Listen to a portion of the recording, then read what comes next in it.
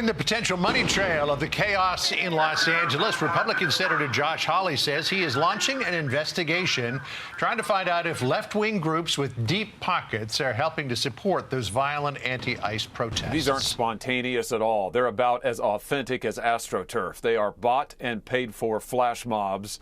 And I want to know who's doing the buying and the paying. That's why today I've launched an investigation. We've all seen the videos of vans driving up, handing out gas masks right before somebody blows up a car. It's time we found out, where's the money coming from? Who's really behind this? I think the American people deserve answers. Joining us now is Republican Congressman Pat Fallon, member of the House Oversight Committee. So that's what the senator wants to know. Congressman, what do you want to know? I want to know the same thing Senator Hawley wants to know, and also the American people deserve to know. These NGOs, or as I call them, BGOs, basically government organizations, are funded in large part by tax dollars, and tax dollars shouldn't be going to fund this kind of lawlessness, John, and we need to have the answers because in the future, our greatest job is to protect our citizens and our constituents, and not funding this kind of mayhem. So here's what Caroline Leavitt said at the White House briefing about this yesterday.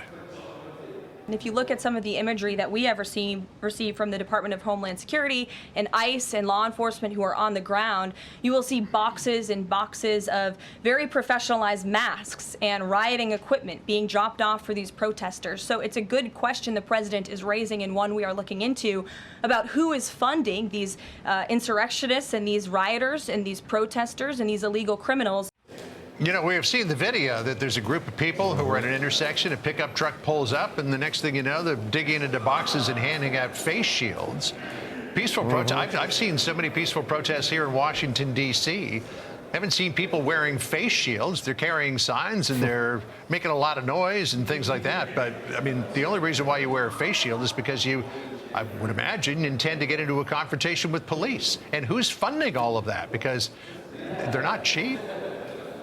John, if this is clearly premeditated, it's not organic, and if you're going to peacefully protest, what do you need a face shield for? What do you need a mask for? What do you need to, hide your identity? Unless you're planning to do something illegal, you're perfectly welcome to in this country to have that kind of redress and walk down the street and protest and have your voice be heard. But if you're going to engage in illegal activity and destruction of private property or harm other individuals, that's why they need to hide their identities, and it's really disgusting, and it needs to be called out for what it is.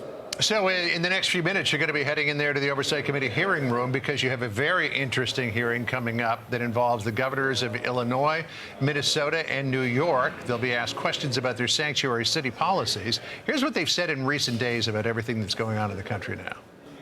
We also have a law in the books in Illinois that says that our local law enforcement will stand up for those law-abiding, undocumented people in our state who are doing the right thing, and we're not going to help federal officials just drag them away. Donald Trump's modern-day Gestapo is scooping folks up off the streets. They're in unmarked vans, wearing masks, being shipped off to foreign torture dungeons. This is a level of attack that was unforeseeable, but it has to be stopped, and we have to raise our voices louder and louder.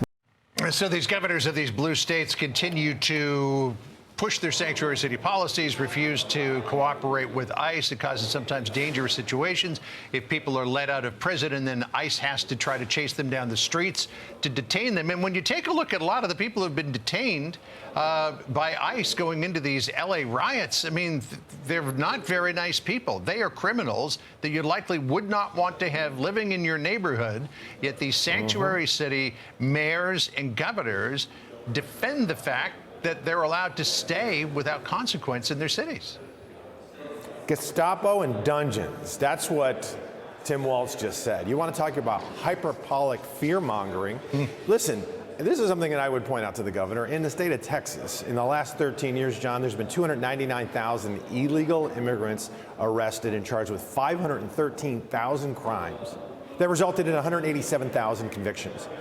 Dungeons and Gestapo, no, these are criminals who ironically prey most overwhelmingly on people of color.